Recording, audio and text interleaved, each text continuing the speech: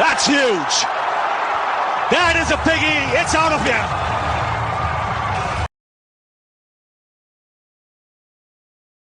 आपका दोस्त आपका होस्ट बिलाल अहमद कुरैशी और आप देख रहे हैं क्रिकेट की खबरें, तज्ज़िया और तबसरों से प्रोग्राम इनसाइड क्रिकेट 360। उम्मीद करता हूँ आप लोग खैर खैरियत से होंगे, फाइनली शायद होंगे। तो चलिए वीडियो को बाकायदा आगाज़ करते हैं। वीडियो को कीजिए लाइक, चैनल को कीजिए सब्सक्राइब और उसके साथ लगे बेल आइकन को प्रेस करना मत भूलिएगा ताकि मेरी हर आने वाली वीडियो पर नोटिफिकेशन आपको मौसूल हो सके। तो चलिए वीडियो को बाकायदा आगाज़ करते हैं। तो सबसे पहले बात कर लेते हैं, क्या ज़बरदस्त शानदार फतह हासिल की है भारत की टीम ने पर्थ में। लास्ट टाइम उन्होंने घाबा में घमंड तोड़ा था ऑस्ट्रेलिया का, 328 रन चेस किए थे 5वें दिन, और यहाँ पर पर्थ में उन्होंने 295 रन से ऑस्ट्रेलिया की टीम को शिकस्त देकर, पर्थ में नाकाबिल शिकस्त रहने वाली ऑस्ट्रेलिया टीम को शिकस्त देकर सीरीज़ में 1-0 की बढ़तरी हासिल कर ली है। सुबह से आपने मुतहद वीडियोस देख ली होंगी इसके ऊपर, लेकिन मैं आज ज़रा इससे हटकर बात करना चाहता हूँ, वजूहात देखना चाहता हूँ कि क्या वजह है कि जो है ना गुज़िश्ता 10 साल से बॉर्डर गवास्कर सीरीज़ जो है ना वो ऑस्ट्रेलिया के हाथ में नहीं आई है और इंडिया जीत रहा है। क्या वजह है? हालांकि इस बार टैक्टिक्स ऑस्ट्रेलियंस की ठीक थी, इस बार उन्होंने रूट बहुत ज़बरदस्त बनाया हुआ था।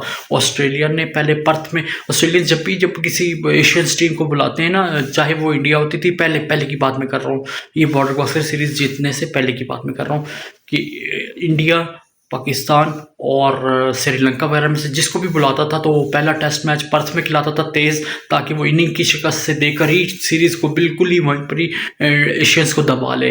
फिर होबार्ट में तेज़ पिच पे होता था, फिर एडलेड वगैरह में खिलाता था, या बाकी पर्थ वर्थ में से किसी एक में, या मेलबर्न या घाबा में से खिला के सीरीज़ जीत लेता था, क्लीन स्वीप करता था सीरीज़। लेकिन इस बार जो है ना उन्होंने यही रूट वही रखा कि पर्थ की तेज़ विकेट के ऊपर उन्होंने जो है ना खिला दिया उनको, इंडिया को। ये डेस्परेशन शो कर रहा था। ये डेस्परेशन ये थी कि दो वजूहत से ये उनके लिए अहम थी। एक तो बॉर्डर गवास्कर सीरीज़ वो 10 साल से नहीं जीते हुए थे, दूसरा ये था कि उनके जो सीनियर स्कोर है ना ऑस्ट्रेलियन स्कोर की है, वो ऑलमोस्ट सारे एक ही तरह की एज ग्रुप के हैं। सो वो जो है ना at the brink of retirement, मतलब लास्ट सीरीज़ खेल रहे हैं, तो उनका वो है कि हम लोग सीरीज़ जीत कर जो है ना रिटायर्ड हों। सो एक ये भी उनका एम था। सो इसके अलावा जो है ना WTC का फाइनल की जो स्पॉट है वो भी स्टेक पर लगी हुई है। सो रूट उन्होंने बिल्कुल ठीक बनाया हुआ था, डेस्परेशन ठीक थी उनकी कि भाई उन्होंने पर्थ में खिलाना था इंडिया को, और ऑलमोस्ट उन्होंने पहली इनिंग में पकड़ भी लिया था 150 पर आउट करने के बाद। तो ये तो जो है ना बुमराह की ब्रिलियंस और इंडिया की फिर बैटिंग के अंदर जो है ना वो जो बुमराह ने उनको, बेसिकली लोग बैटिंग की बात कर रहे हैं, मैं यहाँ तारीफ करूंगा बुमराह की। उसने जिस तरह से बॉलिंग की, जिस तरह से उसने होप दिलाई, देखिए बुमराह अगर आउट नहीं करता ऊपर से तो ये 150 रन कुछ भी नहीं थे ऑस्ट्रेलिया के आगे। ठीक है, अगर बुमराह उस तरह से डिलीवर नहीं करता तो ये जो रन 500 रन आज नज़र आ रहे हैं बोर्ड के ऊपर, आप लोगों को लग रहा है ये ऐसे नहीं होता था, ये कहानी मुख्तलिफ होती थी। तो सबसे पहले कमाल तो बुमराह का था कि उसने ऊपर से आके स्ट्राइक कर किया, 19 पर 3 कर दिए, और फिर बिलीव आ गया कि हाँ जी हम इनको पकड़ सकते हैं। फिर बैटिंग में बिलीव आया कि हम कम बैक कर सकते हैं। अगर यही जो है ना वो खेल रहे होते तो आपको पता है कि मार्नस लबुशेन किस तरह के प्लेयर हैं, स्टीव स्मिथ जिनका रिकॉर्ड है 32 सेंचुरियाँ, ऐसे तो नहीं बनाई हुई ना, उनका भी एक रिकॉर्ड है, नाम है। ट्रेविस हेड तो जो है ना फेमस ही इंडिया के से हैं, वो इंडिया के खिलाफ अच्छी परफॉर्मेंस देने के लिए फेमस हैं। सो ओवरऑल बहुत अच्छी टीम है ऑस्ट्रेलिया की। लेकिन जो है ना वो जसप्रीत बुमराह का जो स्पेल था ना, वो जो स्पेल था वो एक स्पेल हो जाता है बस, वो एक वो कहते हैं ना एक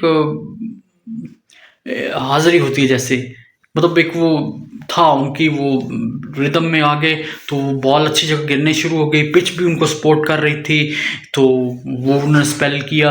फिर उसके बाद टीम में बिलीव आया कि नहीं यार हम इनको पकड़ सकते हैं। सो उन्होंने सबने अच्छी खूबसूरत बैटिंग की, जायसवाल की तारीफ करनी पड़ेगी उसने की, फिर विराट कोहली ने नीचे से आके अच्छा जो है ना टारगेट को बड़ा टारगेट बना दिया और तेज़ रन किए। नीतीश कुमार रेड्डी ने भी, ये सारी बात हो गई थी।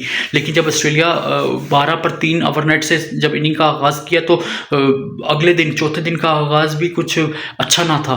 एक जो है ना नाइट बेरी था, 17 पर ख्वाजा आउट हो गए, उन्हें जो है ना डीएसपी साहब ने एक शॉट गेंद कराई, वो पुल करने के चक्कर में टॉप एज हुए और ऋषभ पंत ने उनको कैच लिया। फिर उसके बाद स्टीव स्मिथ और जो है ना ट्रेविस हेड के दरमियान एक अच्छी पार्टनरशिप हुई। सो स्कोर को 80 के स्कोर तक तो 79 के स्कोर तक तो पहुंचाया, लेकिन फिर स्टीव स्मिथ भी हिम्मत हार गए और विकेटों के पीछे मोहम्मद सिराज का शिकार हो गए। सो यूँ 5वां नुकसान हुआ। फिर छठी विकेट के लिए अच्छी पार्टनरशिप हुई, कायम की उन्होंने ट्रेविस हेड के दरमियान और मिचेल मार्श के दरमियान। हेड अच्छा खेल रहे थे, अच्छा कंफर्टेबल खेल रहे थे। ये एक अच्छा साइन है कि इस इनिंग के अंदर तकरीबन जो है ना अच्छा बॉल मिडल भी हो रहा था, ठीक हो रहा था। मतलब जो प्लेयर्स ऑस्ट्रेलियन चाह रहा था उनको गेम टाइम थोड़ा थोड़ा मिला है। इतना अच्छा गेम टाइम नहीं मिला, लेकिन थोड़ा थोड़ा गेम टाइम उनको मिल चुका हुआ है। सो यके बाद दिगरे विकेटें गिरने का सिलसिला जारी रहा। वाशिंगटन सुंदर ने भी बैती गंगा में हाथ धोए और 2 विकेटें हासिल कर ली।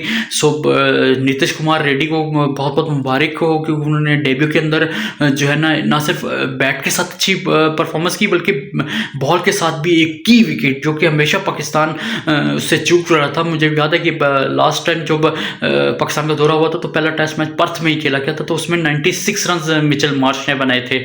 सो वो बहुत हैंडी थे। उनको नीतीश कुमार रेड्डी ने जो है ना चौपे जिसे कहते हैं ना इनसाइड एज किया और बोल्ड कर दिया। सो वो उनके लिए था। फिर जसप्रीत बुमराह की कप्तानी बहुत ज़बरदस्त थी।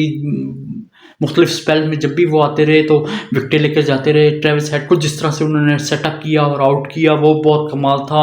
ओवरऑल बुमराह की कप्तानी बहुत ज़बरदस्त थी। इंडिया की टैक्टिक्स हर चीज़ अप टू द मार्क थी।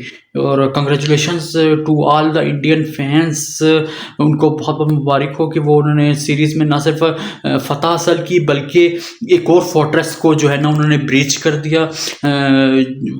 जो ये वेस्ट का कोई भी ग्राउंड था, कहते हैं ना कि पर्थ में वेस्ट का था और एक वाका था और एक जो है ना ये ऑप्टस है।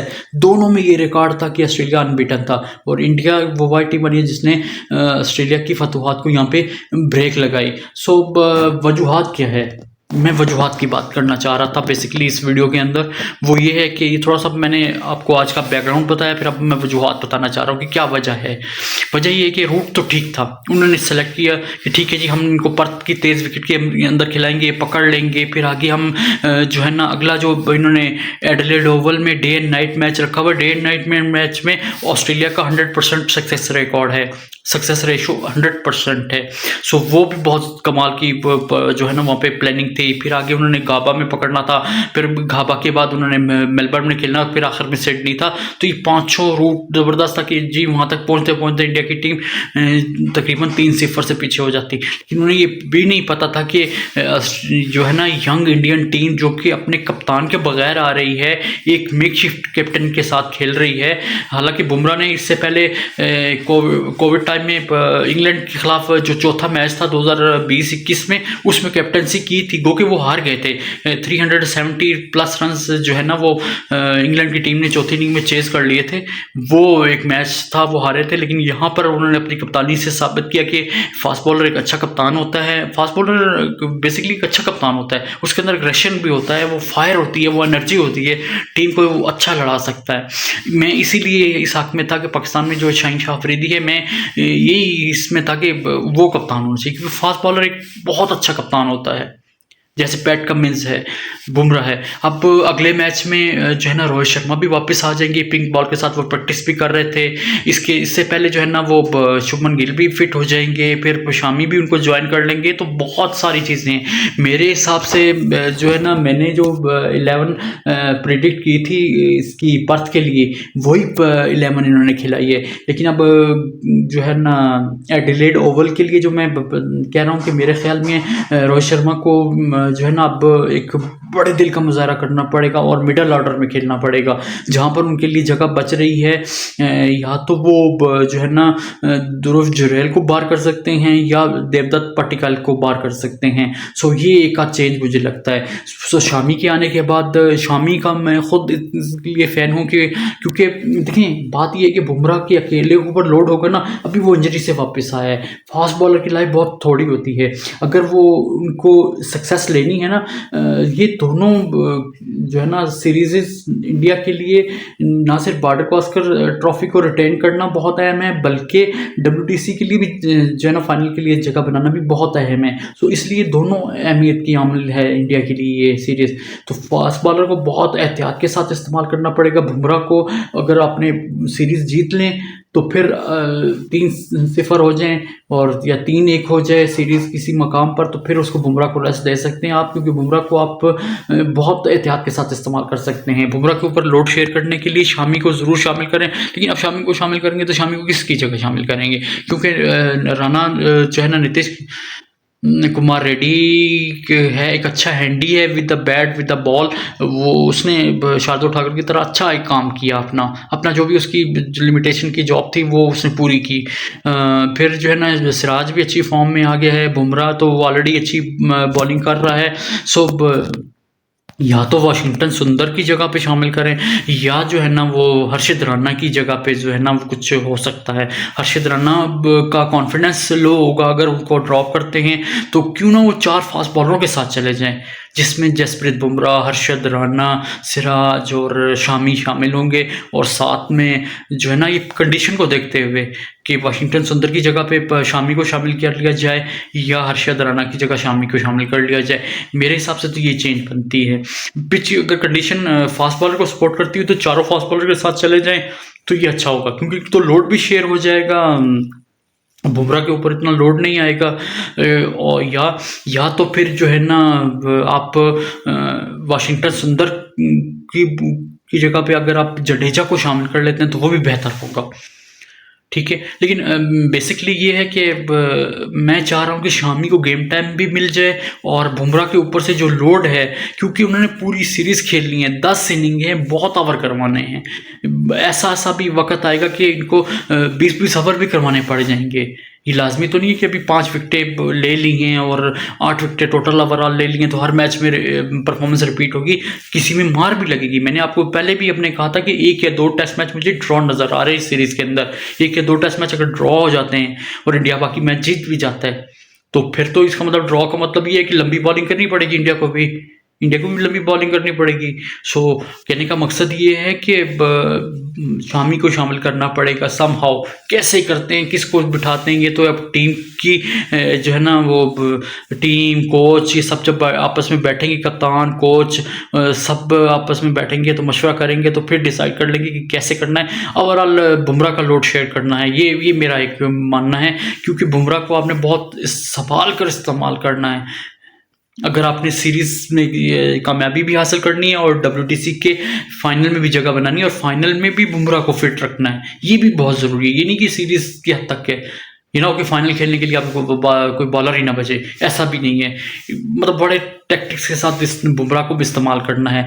सो शामी को खुशाइन है, उसको शामिल करना बहुत अहम है। अच्छा, अब 10 दिन का गैप है तो उसमें जो है ना पिंक बॉल के लिए जो टेस्ट मैच है वो ऑस्ट्रेलिया के लिए बहुत अहम है, क्योंकि ऑस्ट्रेलिया के लिए तो मोटिवेशनल है ना कि वो 10 जो है ना जितने भी मुकाबले खेले हैं वहाँ पर वो 100% उनका रिकॉर्ड है। सो लास्ट उनकी अच्छी यादें ये भी हैं कि उन्होंने इंडिया को यहाँ पे 36 पे ऑल आउट भी किया हुआ है। सो ये एक अच्छा हैप्पी हंटिंग ग्राउंड है ऑस्ट्रेलिया के लिए कि वो जो है ना सिर्फ यहाँ पे डे नाइट टेस्ट मैचेस खेलते हैं और जीत भी जाते हैं, और बल्कि उन्होंने एक लास्ट टूर है, रिसर्च टूर है 2021 का, वो उनके लिए एक मिसाल है कि उन्होंने इंडिया को 36 पे आउट किया हुआ है। हर बार ऐसा नहीं होता, लेकिन इंडिया की भी बैक ऑफ द माइंड ये बात होगी कि यार हमने पिंक टेस्ट मैच खेला था, अच्छा नहीं खेला था। गो के उसमें विराट कोहली के 70 और रन आए हुए थे, रहाणे के साथ वो खेल रहे थे और रन आउट हो गए थे उस मैच में पहली इनिंग के अंदर। सो मुझे वो याद है थोड़ा सा। सो मतलब कहने का मकसद ये है कि अच्छी यादें विराट के लिए भी अच्छा हैप्पी हंटिंग ग्राउंड है, उसमें उनकी अच्छी फॉर्म है, राइट टाइम पे फॉर्म में भी आ गए हैं, अच्छा करेंगे बाकी टेस्ट सीरीज के अंदर भी। लेकिन जो है ना ये उनके बैक ऑफ द माइंड ये चीज़ रहेगी, ऑसीज के माइंड में भी रहेगी और इंडिया के माइंड में भी ये रहेगी कि यहाँ पर हम 36 पे आउट हुए हैं। सो वो इजी नहीं लेंगे। और ऑस्ट्रेलियंस को मैं आज फॉक्स इंटरव्यू पे एक बात सुन रहा था, ब्रैड हेडन को सुन रहा था। सो ब्रैड हेडन ने कहा कि ऑस्ट्रेलियंस को आप राइट आउट नहीं कर सकते किसी भी सूरत में। जब भी आपने इनको जो है ना पुश दीवार के साथ लगाया और वो बहुत स्ट्रॉन्ग कमबैक करके आते हैं। सो उन्होंने मिसाल भी दी कि वर्ल्ड कप 2023 में जो इंडिया में खेला गया था उसमें अफगानिस्तान के अगेंस्ट जो है ना 91 for 7 हो गए थे। एक तरफ मैक्सवेल थे और दूसरी तरफ जो है ना पैट कमिंस खड़े हुए थे, और पैट कमिंस ने महज 12 रन का कंट्रीब्यूशन दिया, जबकि जो है ना 201 रन बनाए हैं मैक्सवेल ने तो लाइफ टाइम एक इनिंग खेल ली थी ना। तो उस तरह की इनिंग खेलने की कैपेबिलिटी है इनके अंदर। एडिलेड का ग्राउंड बहुत ज़बरदस्त ग्राउंड है, ड्रॉप इन पिच होती है, उसके अंदर बॉलर्स को बहुत हेल्प मिलेगी। जो टॉयलेट पीरियड होता है ना वो ऑस्ट्रेलियंस के लिए भी ख़तरनाक होगा, और जो है ना ऑस्ट्रेलियन बैटर के लिए भी ख़तरनाक होगा, और ऑस्ट्रेलियन जो बॉलर होंगे वो इंडिया को तंग कर सकते हैं उसके अंदर, क्योंकि वो टॉयलेट पीरियड जो होता है ना जिसमें डे जा रहा होता है, मतलब रोशनी मदम हो रही होती है और डे और नाइट में ट्रांसफ़र हो रहा होता है डे, वो टॉयलेट पीरियड जो होता है वो टॉयलेट पीरियड वो बहुत ख़तरनाक पीरियड हो सकता है दोनों के लिए, क्योंकि जो है ना ऑस्ट्रेलियंस भी आउट ऑफ सॉर्ट है बुमराह को अभी खेलने के लिए। मार्नस लबुशेन जो है ना वो क्या कर रहे हैं कि वो जल्दी से कमिट हो रहे हैं फ्रंट पे, वो मतलब आके वो अपना उनका जो स्टांस है ना वो स्टिल नहीं है उनका, वो शफल कर रहे हैं हमेशा से। वो स्टीव स्मिथ तो समझ जाता है कि शफल करके खेलते हैं, ठीक है, वो प्लम हो रहे हैं नीचे रहने वाली बॉलों के ऊपर, लेकिन स्टीव स्मिथ जैसा बड़ा प्लेयर है वो 10 दिन का भी गैप है, वो नेट में जाएंगे, प्रैक्टिस करेंगे, अपने कोचेस से बात करेंगे, बड़े बड़े नाम हैं उनके पास, मार्क टेलर, बहुत नामी ग्रामी लोग वहाँ पे मौजूद हैं, वो उनके साथ बात करेंगे, उनसे डिस्कस करेंगे, वो ख़ुद भी जानते हैं वो जल्दी कम बैक कर सकते हैं। लेकिन मार्नस लबुशेन किस तरह से कम बैक कर सकते हैं सीरीज़ के अंदर, ये देखने वाली बात होगी कि क्या आया। और मैं एक अभी ज़रा पिछली सीरीज़ को रिवाइज़ कर रहा था कि पाकिस्तान और जो ऑस्ट्रेलिया के दरमियान 2015-16 की जो सीरीज़ थी मिसबाह की कप्तानी में, उसमें एक ओपनर था इनके पास, मैट रेनशॉ। तो अभी मैं जब देख रहा था तो मैं सोच रहा था कि यार क्यों नहीं वार्नर की जगह पे इन्होंने, जैसे अब मैक्सवेनी को इन्होंने शामिल किया, तो मैक्सवेनी की जगह पे वो रेनशॉ या एक और था, मेरे जहन से नाम निकल गया, वो प्लेयर बहुत ज़बरदस्त था जिसने 180+ रन पाकिस्तान के अगेंस्ट बनाए हुए थे। सो अच्छा वो भी ओपनर था, मुझे बहुत पसंद आया था, बड़ा सॉलिड खेलता था, बड़ा खूबसूरत खुला और खूबसूरत खेलता था वो पता नहीं ना जाने कि उन्होंने उसको शामिल नहीं किया और एक यंग बच्चे को शामिल कर लिया उन्होंने। सो अभी उनके पास भी 10 मिनट हैं, 10 दिन का टाइम है, गैप है, 6 दिसंबर को दूसरा मैच होगा। सो वो उसके अंदर जाके मैक्सवेनी भी प्रैक्टिस कर सकते हैं, मैक्सवेनी भी कम बैक कर सकते हैं, लेकिन एक प्रॉपर जो है ना ओपनर जो था इनके पास, रेनशॉ था या था इस तरह का कुछ नाम, वो अगर शामिल कर लेते थे तो वो ज़रा बेहतर होता, क्योंकि वो एक सीरीज़ पूरी खेल चुका हुआ था पाकिस्तान के खिलाफ, वो टच में था, वो उसको मिक्स में रखते तो फिर जो है ना वो कुछ और बात हो सकती थी। लेकिन आप देखना पड़ेगा कि आप मैक्सवेनी कम बैक करते हैं, कितना जल्दी कम बैक करते हैं, क्या वो बड़े लेवल की क्रिकेट को जो है ना, एक वो शेफर्ड शील्ड तो खेलते होंगे, लेकिन एक इंटरनेशनल लेवल को कैसे वो मीट अप कर सकते हैं, कितनी जल्दी वो बुमराह के खिलाफ एक अच्छी प्लानिंग लेकर आते हैं, ये तो आने वाला वक्त ही बताएगा। अब कुछ बात कर लेते हैं अपने दूसरे टॉपिक के ऊपर। तो पाकिस्तान की भी यंग टीम गई हुई थी वहाँ पे जिम्बाब्वे में खेलने के लिए, उनको भी बड़ी बुरी तरह से शिकस्त हुई, वो भी बाहर गए, 64 हो गए। सो पता नहीं पाकिस्तान के क्या कर रहे हैं यंग लॉट, उनके पास बैक पे देखें, यही डिफरेंसेस है इंडिया की यंग जनरेशन, यंग स्क्वाड में और पाकिस्तान की यंग स्क्वाड में बहुत डिफरेंस है। इंडिया की जो यंग बच्चे, यंग टैलेंट सामने आ रहे हैं ना, वो पॉलिश होके आ रहा है। पाकिस्तान के जो यंग टैलेंट आ रहा है वो PSL से उठाया हुआ है, शॉर्ट फॉर्म से उठाया हुआ है, वो लॉन्ग टर्म की तरफ बिल्कुल नहीं देखते, वो 1-2 सीज़न उन्होंने नहीं खेले हुए होते कादेज़म ट्रॉफी की या जो लॉन्गर वर्जन है क्रिकेट का, तो इस वजह से वो बाकी दुनिया से वो पीछे रह गए हैं, नज़र आते हैं। अब देखिए ना, यही था, ये वर्ल्ड कप के जीतने के फ़ौरन बाद इंडिया की यंग टीम जिसमें अभिषेक शर्मा ने 100 किया था, शुभमन गिल की कप्तानी में गए थे, यंग लॉर्ड गई थी, उसमें कोई भी जो है ना वर्ल्ड कप विनिंग खिलाड़ी नहीं था शामिल था, वो 4-1 से जीत कर आए हैं। सो ये तो चलो रेन अफेक्टेड मैच था, नहीं भी होता तो फिर भी पाकिस्तान हार जाता। तो आप देखना पड़ेगा कि कल कैसे कमबैक करता है पाकिस्तान की टीम, यहाँ से कैसे कमबैक करती है, ये तो आने वाला वक्त ही बताएगा। अब अपने होस्ट बिलाल अहमद कुरैशी को इजाज़त दीजिए, अपना बहुत सारा ख्याल रखिए, वीडियो कीजिए लाइक, चैनल को सब्सक्राइब, साथ लगे बेल आइकन को प्रेस करना मत भूलिएगा ताकि मेरी आने वाली वीडियो का नोटिफिकेशन आपको मौसूल हो सके। ना सिर्फ इस वीडियो को खुद भी लाइक किया करें बल्कि इसे शेयर भी करना मत भूलिएगा। ज़्यादा से ज़्यादा इसे लाइक और शेयर किया करें। अल्लाह हाफिज़।